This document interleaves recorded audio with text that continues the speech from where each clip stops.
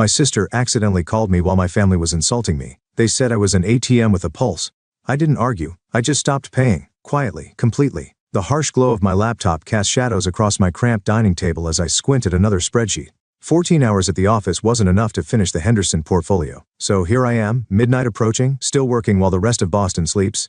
I massage my temples, trying to focus on the numbers that have begun to blur together. My apartment is quiet except for the occasional of the old refrigerator. It's mudstone bedroom when I could afford to, aging appliances when I could manage newer. But these sacrifices have a purpose. Family comes first. Always has. My phone vibrates against the table, Madison's name lighting up the screen. Despite the exhaustion weighing on my shoulders, a smile tugs at my lips. My little sister, probably calling about weekend plans or needing advice on her graduate school project.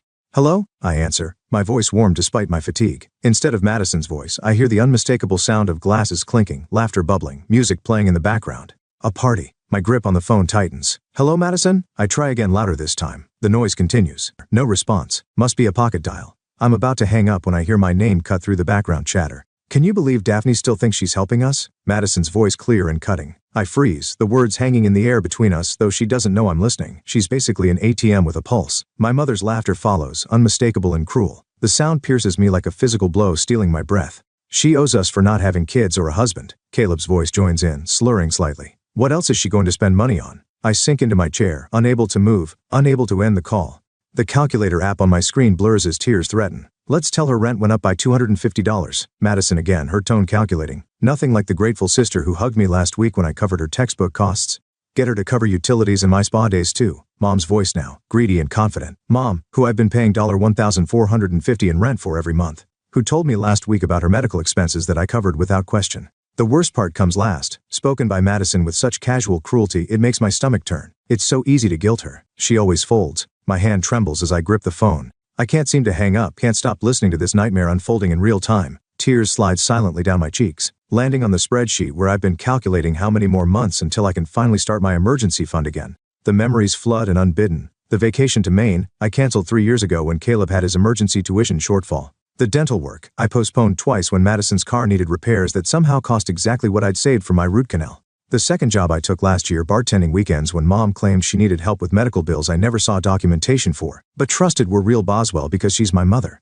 5 years of sacrifices parade through my mind in merciless detail. 5 years of family emergencies that somehow aligned perfectly with my bonus schedule. 5 years of their grateful faces, now revealed as masks hiding contempt. I finally press the end call button, setting the phone down with unnatural care as if it might shatter like my trust just did. The apartment feels colder suddenly, the silence heavier. I wipe the tears from my face with the back of my hand. My posture straightens almost of its own accord.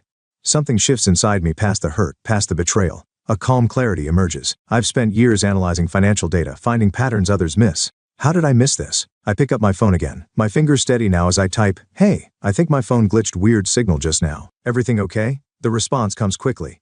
"All good. Just having dinner with Mom and Caleb. Talk tomorrow?" No mention of a party. Another lie. So effortless it's chilling. I close my laptop, pushing aside the Henderson portfolio. It can wait until morning. Instead, I open a new spreadsheet, naming it something I should have created years ago. Exit strategy. The title stares back at me, both terrifying and liberating. For the first time in 5 years, I'm not thinking about how to help my family. I'm thinking about how to help myself, and they'll never see it coming. Bank statements cover my dining table like fallen leaves, each one a record of my generosity or my gullibility. I've spent the past 3 hours meticulously cataloging every transaction, every dollar siphoned from my accounts over 5 years. The numbers stare back at me cold and damning. $87,000 just in rent payments. My stomach twists as I trace a finger over the highlighted figures. That's not county emergencies, the temporary loans, the birthday gifts and holiday presents, the money I could have used for a down payment on my own home, a retirement fund, the dental work I keep postponing. How did I miss this? I whisper to my empty apartment. The radiator hisses in response, the only sound besides my ragged breathing. My laptop glows in the dim light as I type Madison's name into Facebook search bar. I haven't checked her social media in months, too busy working, too busy supporting them. 3 scrolls down and my breath catches. There she is, cocktail in hand, lounging by a resort pool I've never seen. Weekend getaway, blessed. The caption reads, dated 2 weeks after she called in tears about her impossible utility bill that I immediately paid. I click through to Mom's profile next. Linda Morgan, whose medical appointments have drained my emergency fund twice this year. Linda Morgan, who now smiles back at me from the chair of an upscale salon. Her fresh highlights costing more than I spend on haircuts in a year. Had to treat myself. New look, new chapter. The post is dated 3 days after I transferred $600 for what she called critical medical tests. My hands shake as I search for Caleb. My little brother supposedly buried in textbooks and struggling to make tuition payments. The evidence hits like a physical blow. Caleb in Las Vegas, arm around a girl I've never seen, captioned study break. During the weekend he told me he couldn't call because he was locked in the library cramming for finals. I closed my laptop, unable to look anymore. The betrayal is too raw, too complete. Memory after memory resurfaces, now cast in the harsh light of truth. Last Christmas, dropping off carefully selected gifts at their door, Mom claiming she was too tired for me to come inside. The birthday dinner I arranged for Linda at our favorite restaurant, where they left an hour early for a headache that didn't stop them from posting bar photos later that night. The promotion celebration no one attended because of car trouble. The pattern is so clear now. Texts appearing only when bills were due, calls that never asked how I was doing, only what I could give. My phone buzzes on the table, Mom's name appears on the screen, and for the first time I feel nothing but a cold clarity. Daphne, honey, it's been ages. We're having a little family dinner on Sunday? Can you make it? My voice doesn't betray me as I accept the invitation, already calculating my next move. I'd love to. Should I bring anything? Just yourself? She says warmly, the same warmth I once mistook for love instead of opportunity. After ending the call, I stand before my bathroom mirror, practicing normal smiles, rehearsing casual responses. Oh, rent went up again? That's terrible. Smile, sympathetic nod. Another unexpected bill? That must be so stressful. Concerned frown, but not too deep. I open my closet, pushing past the few nice pieces I've allowed myself. No, those won't do. I select faded jeans, a sweater with worn elbows. The illusion of struggle must be maintained a little longer. For dessert, I'll bring my chocolate cake, the one they always praise but never quite appreciate I bake from scratch to save money. The irony doesn't escape me as I write down ingredients I'll need. You've been supporting them for years? Eleanor's fork freezes halfway to her mouth, her salad momentarily forgotten as we sit in the corner booth of the cafe across from my office. I've paid their rent since Mom claimed she couldn't work full-time after her back injury. The air quotes I make feel bitter, childish but necessary. I've been living in that one-bedroom apartment so they could have their three-bedroom house. Eleanor's face shifts from shock to anger on my behalf. Daphne, that's exploitation. The word lands heavily between us. I've avoided naming it until now. My guest room is yours if you need space when this all comes out, she offers, reaching across the table to squeeze my hand. Whatever you decide to do. I thank her, throat tight with unexpected emotion. Having someone firmly in my corner feels foreign, precious. Later that afternoon, Michael from accounting stops by my desk. He survived his own family betrayal 3 years ago, parents who remortgaged their house in his name. He recognizes the signs in me. Remember, setting boundaries isn't cruel, he says quietly. It's the most honest thing you can do for everyone involved. That night, I find myself staring at old family photos. Dad with his arm around me at my high school graduation, his proud smile. Madison is a toothless 7-year-old, clutching my hand on her first day of school. Caleb learning to ride a bike, my hand steadying him from behind. Were those moments real, or was I always just a resource to them, even then? My phone rings. Mom again. You're bringing that chocolate cake everyone loves, right? Her voice is honey sweet, familiar in its manipulation. Of course, I say, feeling the old guilt rising, threatening to break my resolve. Family is family after all. Maybe I've misunderstood. Maybe I hang up and play the recorded call again, their cruel laughter filling my quiet apartment. She's basically an ATM with a pulse. It's so easy to guilt her. She always folds. I close the photo album and straighten my shoulders. The doubt recedes, replaced by something cooler, more determined. Sunday dinner is 2 days away. It's time they learn that ATMs can be permanently out of service. The familiar brick colonial looms before me, its windows glowing amber against the twilight sky. I pull my sensible sedan to the curb, cut the engine, and sit motionless. This house, 3 bedrooms, 2.5 baths with the wraparound porch Dad always wanted isn't mine, though my name appears on every mortgage payment for the past 5 years. Just breathe, I whisper, gripping the steering wheel. My rehearsed smile feels like a mask already, tight and unnatural. The front door swings open before I reach the porch steps. Madison bounces out, all honey blonde hair and practiced enthusiasm. Daph, you made it. Her arms encircle me, squeezed firmly enough to convince. I catalog the details I once missed. The fresh manicure with intricate designs that couldn't have cost less than $80, the subtle scent of a perfume I recognize from the Nordstrom beauty counter. Wouldn't miss it. My voice emerges steady, betraying none of the tremors I feel inside. Mom appears in the doorway, arms outstretched, her smile wide but eyes calculating. There is my responsible girl. The word lands like a slap now. Responsible, code for useful. Hi, Mom. I allow myself to be folded into her embrace, noting the cashmere softness of her sweater against my cheek. Medical bills don't typically come with designer labels. Caleb appears last, offering a half-hearted side hug that lasts precisely 2 seconds. Hey sis.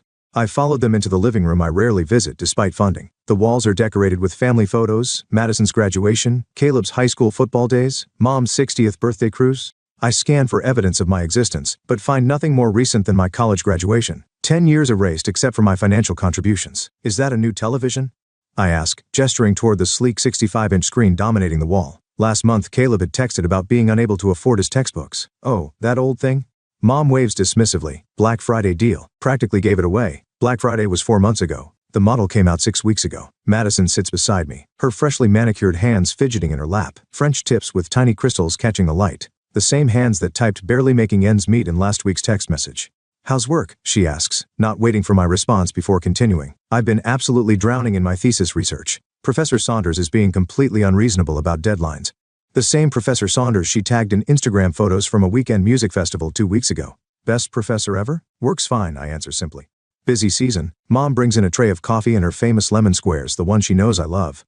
The sugar-dusted treats are carefully arranged, a sweetener for what's coming. They always feed me before asking for money. So Mom begins after precisely 2 sips of coffee right on cue. Her voice drops to that familiar, urgent tone. "We've had some unexpected news." I take a bite of lemon square, buying time. 5 years of these performances, and I never recognize the pattern, the dramatic pause, the concerned glances between them, the inevitable crisis that only my checkbook can solve. "The landlord called yesterday." She shakes her head, eyes downcast. "He's raising the rent. Again, $250 more starting next month." Madison's eyes widen on cue. "We're already stretched so thin, Daff. I've picked up extra research assistant hours, but it's barely making a dent." Research assistant hours that haven't prevented her from posting poolside margarita photos every Thursday afternoon for the past month. "I'm worried about falling behind in school," Caleb adds right on cue. "If I have to pick up more delivery shifts, my GPA will tank." His recent Vegas poker tournament winnings apparently insufficient for rent, though adequate for the designer sneakers he's currently wearing. Their glances telegraph between the mom's slight nod to Madison. Madison's eye flicked to Caleb. The synchronized dance of manipulation I now see with painful clarity. "That's terrible," I say, my tone appropriately sympathetic. "Didn't you just go to that spa resort last month, Mom? The one in the Berkshires?" A moment of panic flashes across her face before she recovers. "Oh, that was a special deal through my church group, practically free. The $3.79 per night tea resort her friend accidentally tagged her at. The $120 hot stone massage she reviewed online." I turn to Madison. "That's a beautiful purse. Nordstrom?" Her fingers instinctively touch the buttery leather bag beside her. "This? No. It's just a really good knockoff from that market downtown. The same bag I priced last week while researching her spending. $450, genuine leather. And Vegas looked fun, Caleb. Your Instagram had some great shots of the Bellagio." He shifts uncomfortably. "Just crashed on a buddy's hotel room floor. Barely spent anything, except the $800 his poker tournament entry cost prominently displayed in his victory photo." Their momentary panic dissipates quickly, replaced by practiced excuses. The choreography is flawless. They've been performing this play for years. Mom clears her throat, steering the conversation back to the script about the rent increase. She hesitates. The practice pause designed to build tension. "We were wondering if you might be able to help with the extra $250 just until things stabilize." 3 faces turn to me, expectant. A pointed silence stretches between us. I let it linger longer than usual, watching doubt flicker across Mom's face. "Of course, I'll help." The words come out exactly as rehearsed. Family comes first, right? Their collective exhale is audible. Shoulders relax, smiles return. Mom reaches over to squeeze my hand, her grip firm with victory. "You're an angel, Daphne. I don't know what we'd do without you." When they disappear into the kitchen to prepare dinner, I casually walk to the mail pile on the entryway table. The landlord's official notice sits in plain view, an increase of $50, not $250. I snap a quick photo with my phone. "Bathroom?" I call out, though I know exactly where it is. "Down the hall, honey," Mom answers from the kitchen. Instead, I slip into her bedroom, quickly photographing the bank statement carelessly left on her nightstand. The spa charges are highlighted in yellow. Mom's way of tracking business expenses for tax write-offs she doesn't qualify for. Back in the dining room, I position my phone casually on the table. Voice memo recording, as Mom returns with a roast that costs more than the groceries in my refrigerator. "To family," Mom says, raising her glass. "To family," we echo, and I smile, knowing this performance is almost over. Sometimes revenge doesn't require confrontation. Sometimes it's simply about gathering evidence until the truth becomes undeniably even to yourself. The clock on my laptop reads 11:59 p.m. Rent is due at midnight. My fingers hover over the keyboard, the payment form filled out to the last digit $1,450 that will drain my account yet again. The cursor blinks over the submit payment button, waiting for the click that's come automatically for 5 years. But tonight, something has changed. I think of the recording saved on my phone ATM with a pulse and close the laptop with a soft click that sounds like freedom. I power off my phone completely and place it in my nightstand drawer, burying it beneath a novel I haven't had time to read. The silence in my apartment feels strange, almost uncomfortable.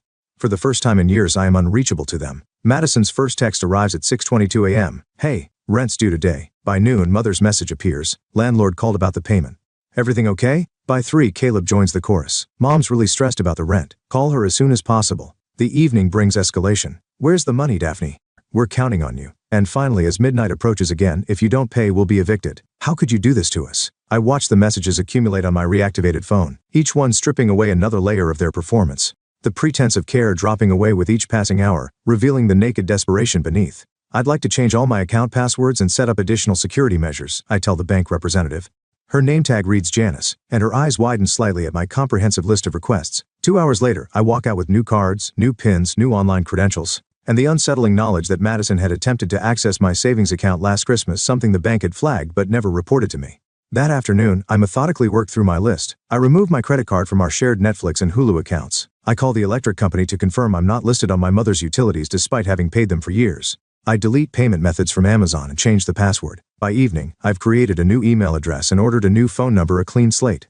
Each step feels like dismantling a piece of the cage I've lived in. Is this really necessary? Eleanor asks when I explain my actions over coffee. I show her the spreadsheet of emergencies that aligned perfectly with my bonuses. They've taken almost $90,000 from me. I say the number's still shocking even to me. What happens when they realize? She asks. They already have, I say, showing her my phone screen with 37 missed calls. On the third day, I answer Madison's call. Where have you been? Her voice explodes through the speaker, raw panic stripping away her usual calculated sweetness. We need the money now. I sit in my small dining table, spreadsheets of their financial lies spread before me like a roadmap of exploitation. I've been thinking a lot about our family dynamic, I say, my voice steady in a way that surprises even me. We don't have time for this. Madison's voice rises, edging toward hysteria. The landlord is threatening eviction. I'm making some changes in how I support the family. The words come out firm, a boundary made of sound. There's a shuffling, and then my mother's voice cuts in sharp as a blade. Daphne, what's the meaning of this? I recognize the tone, the one that made me fold countless times, the voice of authority that now sounds hollow. In the background, Caleb pleads, then curses. I know the rent is actually $1,200, not $1,450. Silence, complete and revealing. I don't understand what you're talking about, my mother finally says, but her voice has lost its edge. I think you do. I trace the number on my spreadsheet. $250 extra each month for 3 years, $9,000 in fabricated rent. I've been looking into a lot of things lately. You're confused, she attempts, but uncertainty makes her voice waver. No, Mom. For the first time in years, I see everything very clearly. Listen to me, young lady, she begins, but the authority in her voice rings false now. I'll be over tomorrow at 6, I interrupt. We can discuss new arrangements then. You can't just. Madison tries to cut in. I can, and I am. I hang up before they can respond. I sit with the strange, bittersweet feeling of having done something both terrible and necessary. The weight on my shoulders hasn't disappeared. It's transformed into something I can finally carry without breaking. My phone lights up again immediately. I silence it and look at the framed photo of my father on my desk. I'm still taking care of the family, Dad, I whisper, just not the way they wanted me to. For the first time in years, I think he might actually be proud. I park my car a block away from the house technically, or at least the one I've been paying for. My reflection in the rearview mirror shows someone barely recognize. Back straight, chin up, eyes clear, no hint of the woman who spent years hunched over spreadsheets, calculating how to help a family that saw me as nothing more than an ATM with a pulse. The manila folder on the passenger seat contains every piece of evidence I've collected. Bank statements, social media screenshots, text messages they never thought I'd see, a calculator showing the grand total, $87,452. My life reduced to a number they took for granted. You've got this, I whisper to myself, the words hanging in the still air of my car. The walk to their front door feels like crossing a threshold between my old life and whatever comes next. Through the window, I can see them pacing. Linda's hair is uncombed, Madison's mascara smudged, and Caleb's expression hovers somewhere between fury and fear.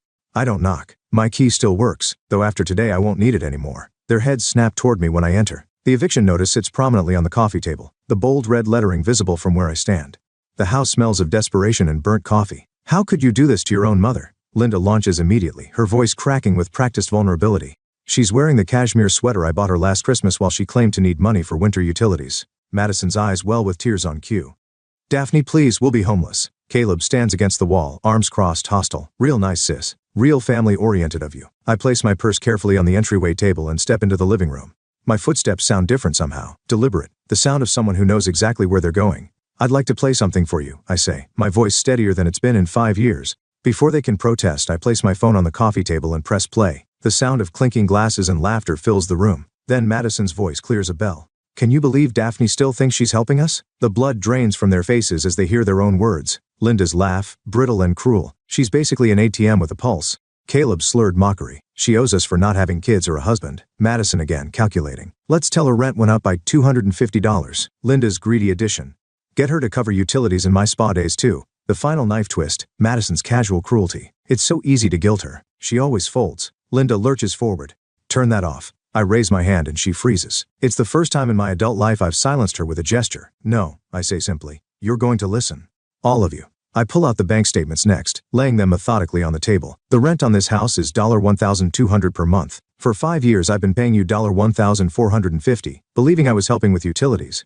I tap the paper. Where did that extra $12,000 go, Mom? Linda's mouth opens and closes. And these, I continue, spreading out social media screenshots. Madison's Cabo trip during her financial emergency last spring.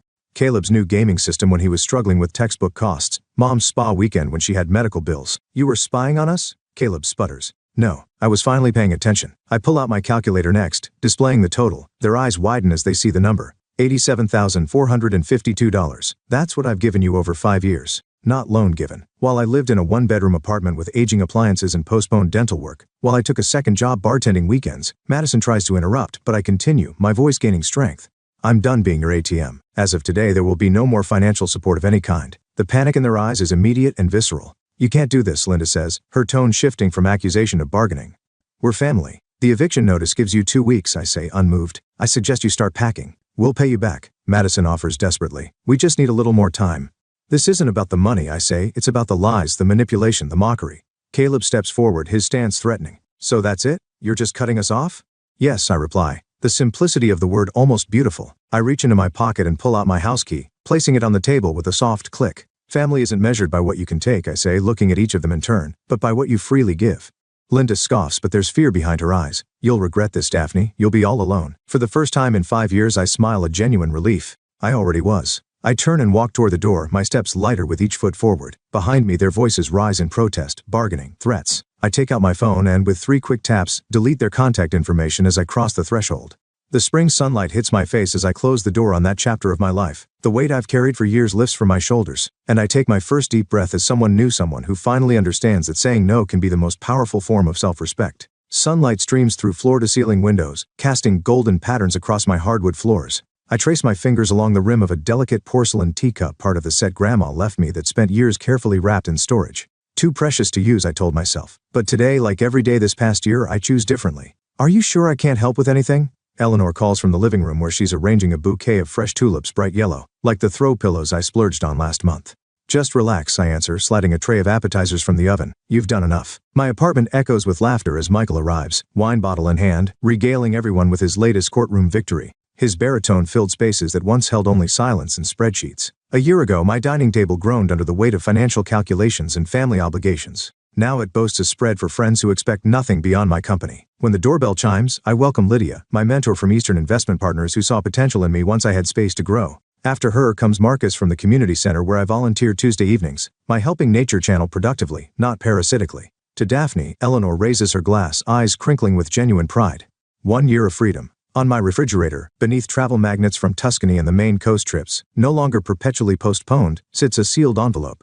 Linda's handwriting, unmistakable after all these years. It arrived 3 weeks ago, still unopened. The anxiety it once would have triggered has mellowed to mild curiosity. My phone occasionally displays Madison's blocked email subject lines, promising accountability, but body text undoubtedly lacking it. Last week, Caleb sent a message through a mutual friend about missing his sister. These attempts slide off me like rain on a newly sealed roof. You'll know when you're ready, my therapist said during yesterday's session. Boundaries aren't walls. They're filters. You get to decide what passes through and when. After dinner, as conversations break into smaller groups, Samantha, a junior analyst, pulls me aside. I started that spreadsheet you suggested, she whispers, a familiar weight in her voice. I'm supporting my brother through his 3rd career change while paying Mom's credit card bills. I recognize the shadows under her eyes, the same ones that haunted my mirror for 5 years. Your spreadsheet has 2 columns. I tell her, not as a broken woman bitter at the world, but as someone who's climbed the mountain and can guide others. What you give and what it costs you. But there should be a 3rd column, what you save for yourself. Her eyes widen as if I've suggested something revolutionary. Later, as my guests gather their coats, my phone lights up with notification of the promotion I've been working toward, Senior Vice President of Portfolio Management. The celebration erupts immediately, genuine joy, unmixed with calculation or envy. These people want nothing from me but happiness. On my balcony after everyone leaves, I watch the sunset paint the Boston skyline in amber and purple. My emergency fund is robust, retirement accounts recovering, and next month, I'll make my first contribution to a scholarship for students who lost parents young. I open my journal, fingers tracing the leather cover worn smooth by nightly reflections. Today marks 1 year freedom. I choose to help, not to be used. The horizon spreads before me like an unwritten story. Somewhere across the city, my blood relatives continue without my subsidies. But here, in this space I've reclaimed, I've learned a powerful truth. Sometimes the family you need isn't the family you were born into.